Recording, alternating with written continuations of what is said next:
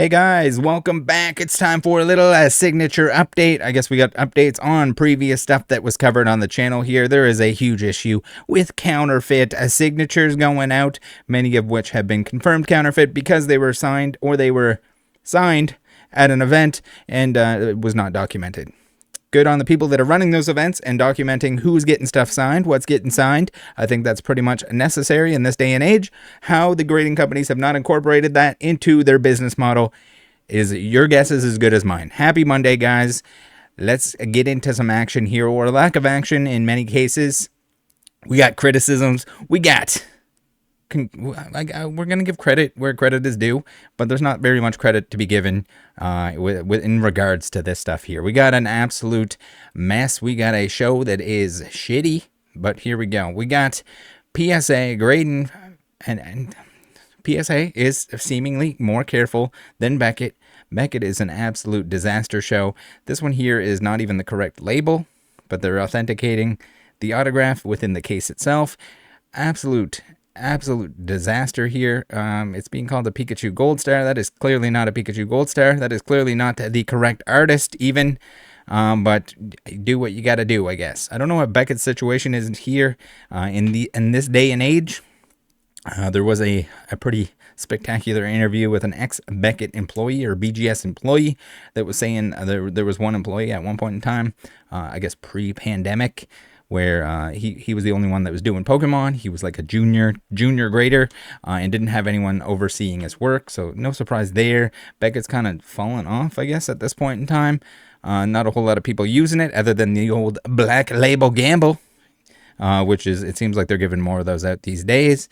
But, man, it's crazy how much plastic is wasted on this stuff. So here's what the gift box label corresponds to if you want to look that up. If there's ever something weird that you want to look up that you're not quite sure about, Bulbapedia is usually the best place to do that, about products and or sets and stuff like that. But apparently not at Beckett. You would think that if you're going to grade something, be very certain you know what it is. Be very certain that it matches, the label matches the contents of the case. Again, it's a huge issue with the grading companies who they want to grade as many things as possible because that's how they make money. They want to do it as fast as possible because that's how they make money. But then they look stupid when they're grading stuff that they don't know what it is, or it's in the case upside down, or it's just simple mistakes that shouldn't be made. They supposedly inspect this stuff, but clearly they don't. So everything that we're taking a look at today seems like it is still very active in the old cert department. Some of these certs we got covered up, which is interesting. But thank you to Swolepoke once again for making all the Instagram posts. I think he makes some, usually makes threads on E4 as well, kind of informing people what's going on here. But if you're collecting modern, newish autographs, you got to be very careful out there. There's a lot of hazards. We got the signatures, the personalizations that are being wiped by Pokeflute, but we also just have straight up forgeries that are all over the place, and they're getting graded. And it doesn't seem like the grading companies are cleaning up their mess. Does it surprise anyone? And then later on, they'll be like, oh, we don't want to pay it out. It's uncertain whether this is real or not.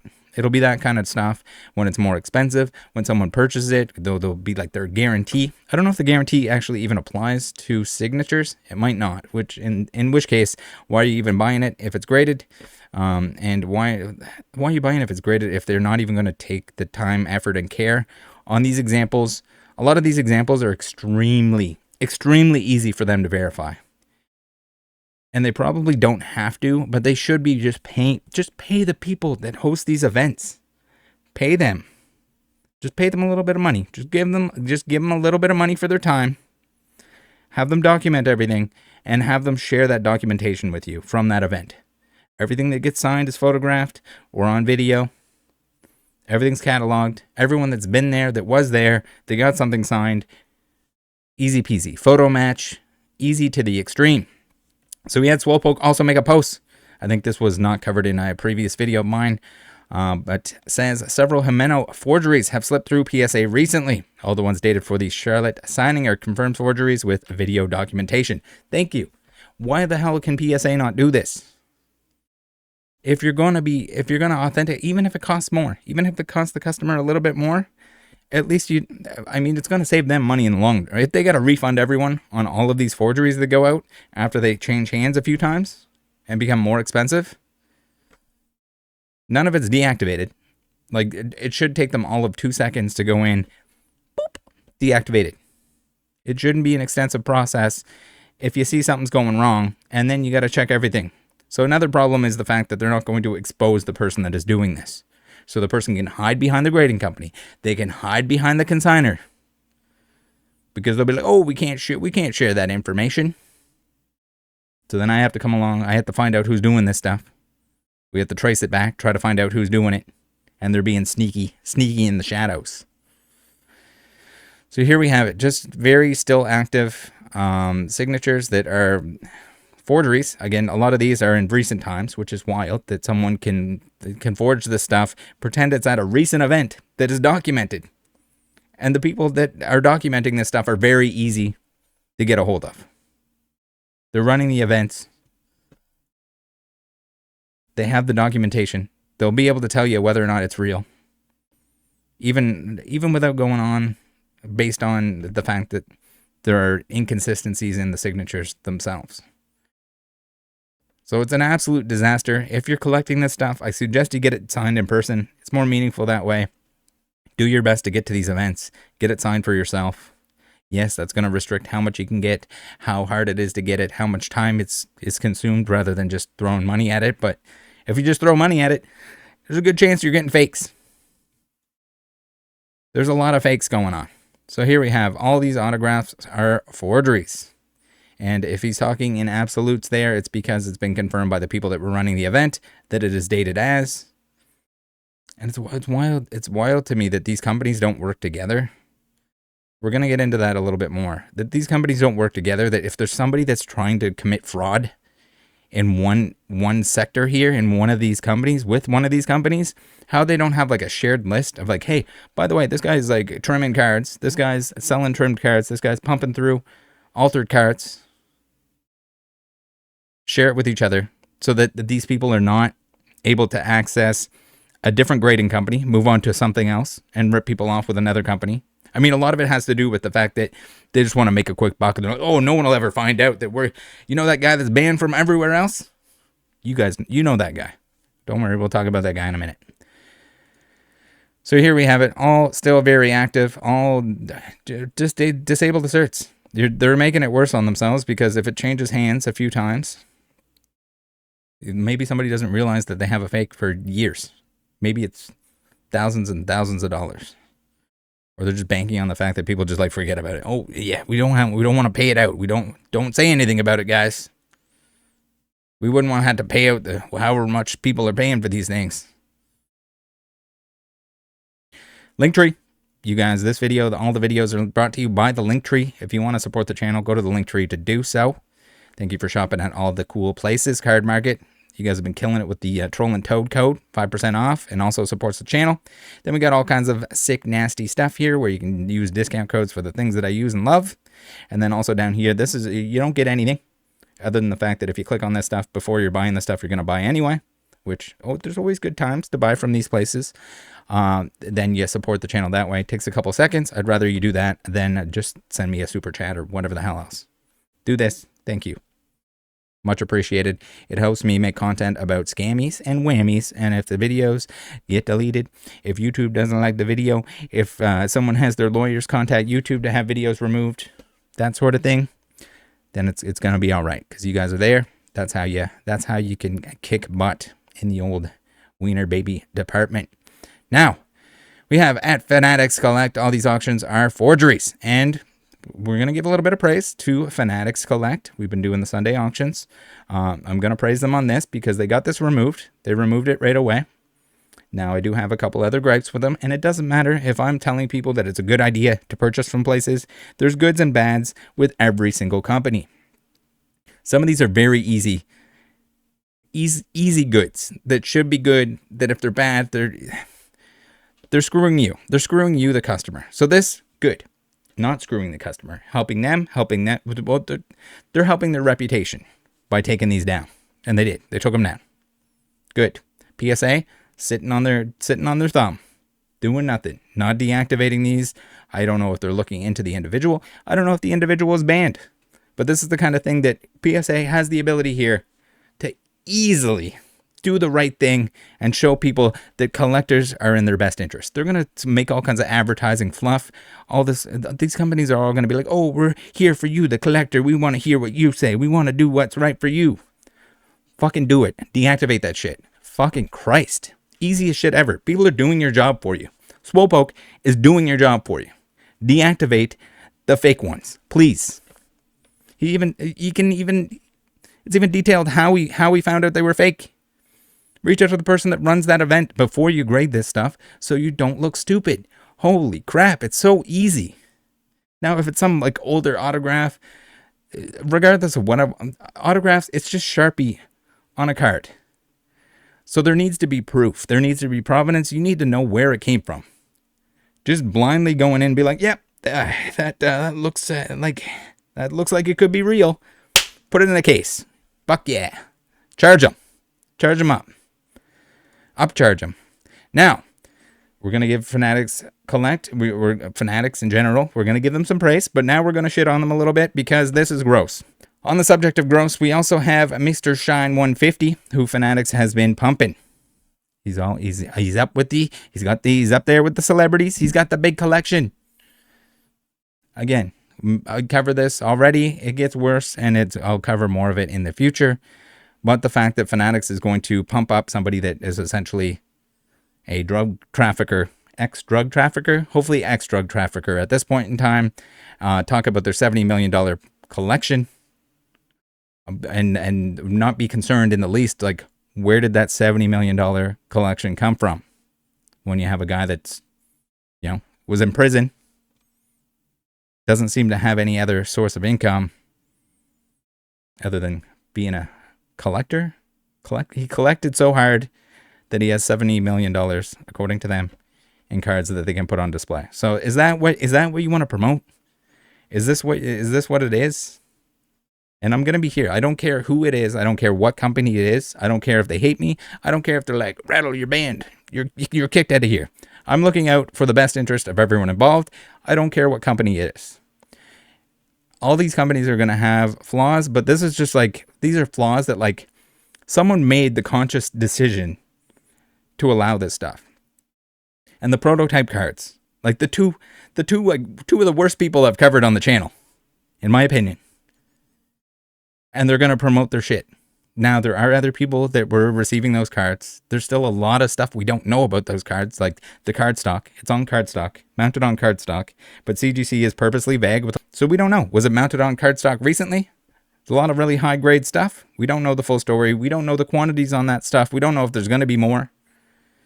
And it seems like it's purposely being dumped by everyone that has the stuff. It's like a race to the market. And it ruins it. It ruins a lot of that stuff. What should be and could be a very historical, cool piece is being used as a cash grab by terrible people. Who would have thought, right? So, Fanatics, I don't know what you need to do here. I don't know who needs to hear this. I made them very aware of both of these things.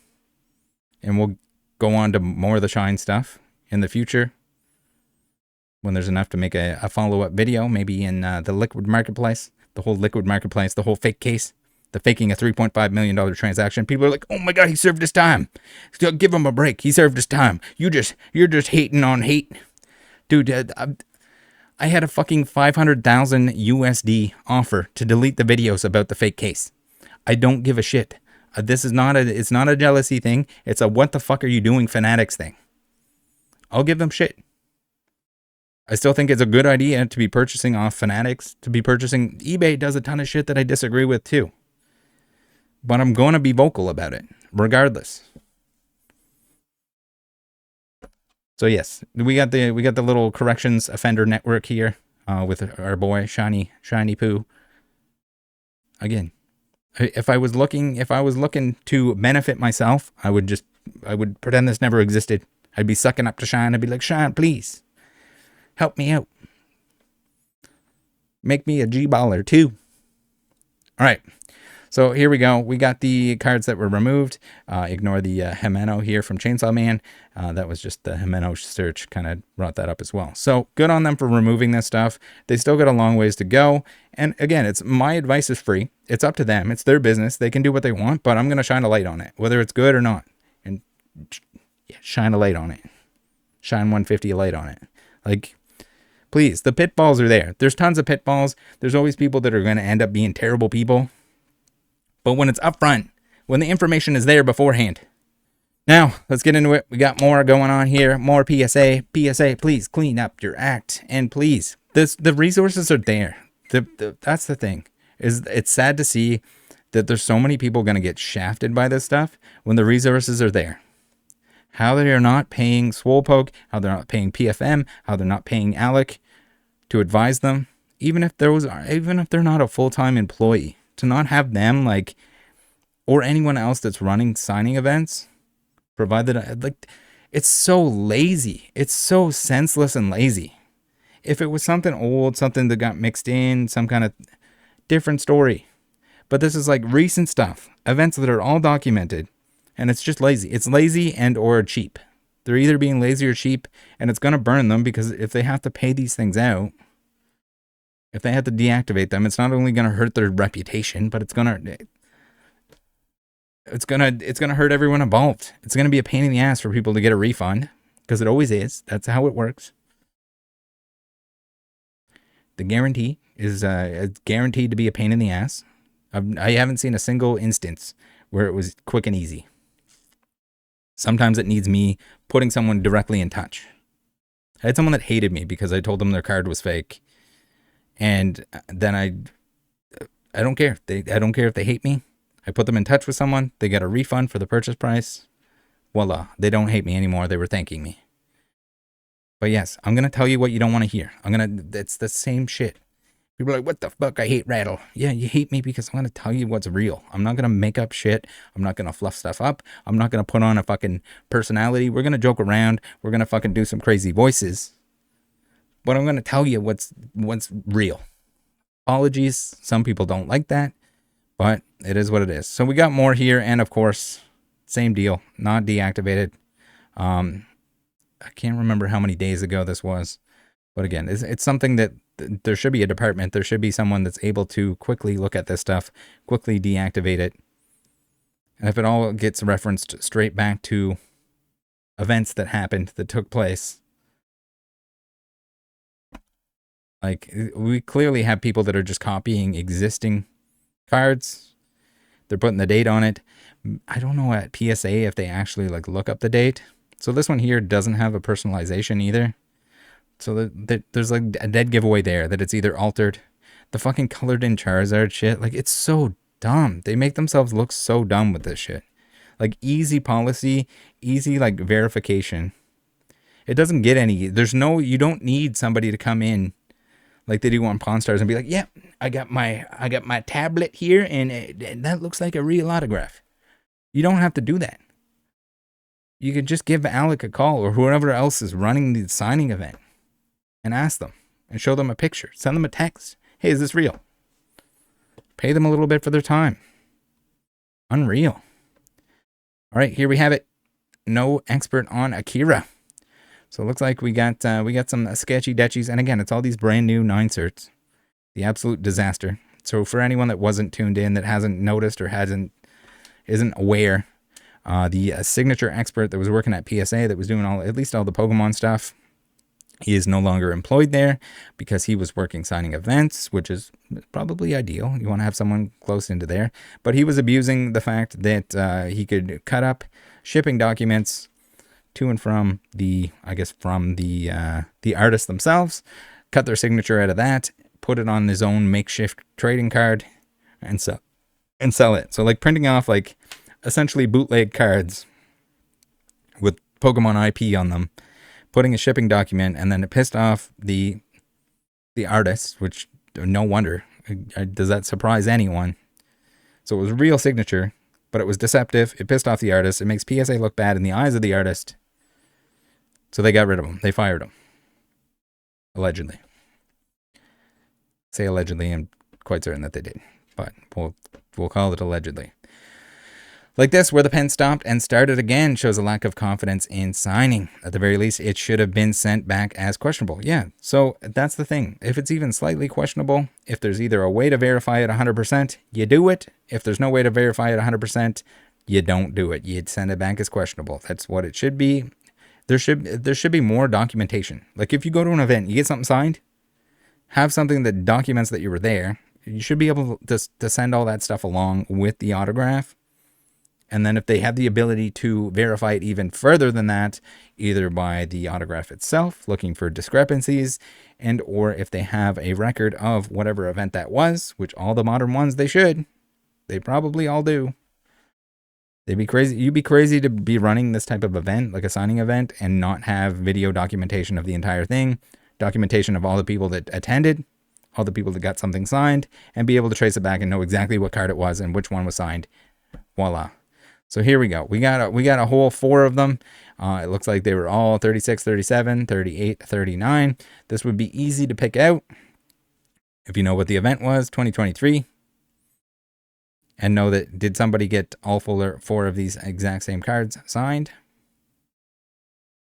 So that's the thing too. It's just like, they need to be working more with each other, the grading companies, the auction companies, and everything else, because that's where the scammers hide. That's where they hide. They're going to hide. They're going to use those services, whether it's through them or through someone else, or if they get banned from somewhere, they'll move on to the next one. And because they don't communicate, they basically weasel their way into finding another way to wrong people. I've now seen several orders, all containing 5 to 6 Akira autographs, all on the same card, all of them with the exact same autograph sketch and thank you placement. So yeah, this should have been a red flag too. I'm sure it's probably the same person that graded most of these. Or they staggered them out, however it was. How there's not something in place in their system that is like, hey, wait a minute, this person just sent in 6 orders of Akira autographs? It's a little questionable. Where do they keep getting these? Keep in mind, these weren't signed at an official Pokemon event. This was at an artist's personal event. So for one person or even several to all come with the same card and all get the exact same autograph is very unlikely.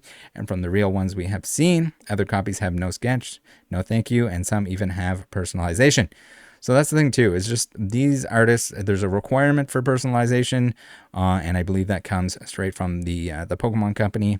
So if it's not there, it either got poke-fluted, rubbed off with a little Kurt cream, or it might be fake. And again, they're going to want it off of there. They're not going to include it on there because if they can get away with it, if it can get graded, then it's gonna cost more money because people are going to not look into it. They're just going to blindly trust the fact that it's PSA. Same with the counterfeit cards. The counterfeit cards that had signatures on them. Just what a disaster. What a dumb decision for them to even pump that stuff through. So here we go. We got a final statement by Swolepoke, who says, also, I feel like I have to say it, but if it isn't already obvious, this is all just my opinion, and autographs are my passion. If anyone ever has proof otherwise, please have no fear in sharing with me.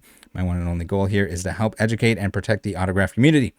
I mean, the community in general. I mean, I'm sure most of these Japanese artists don't like when you resell this stuff anyway.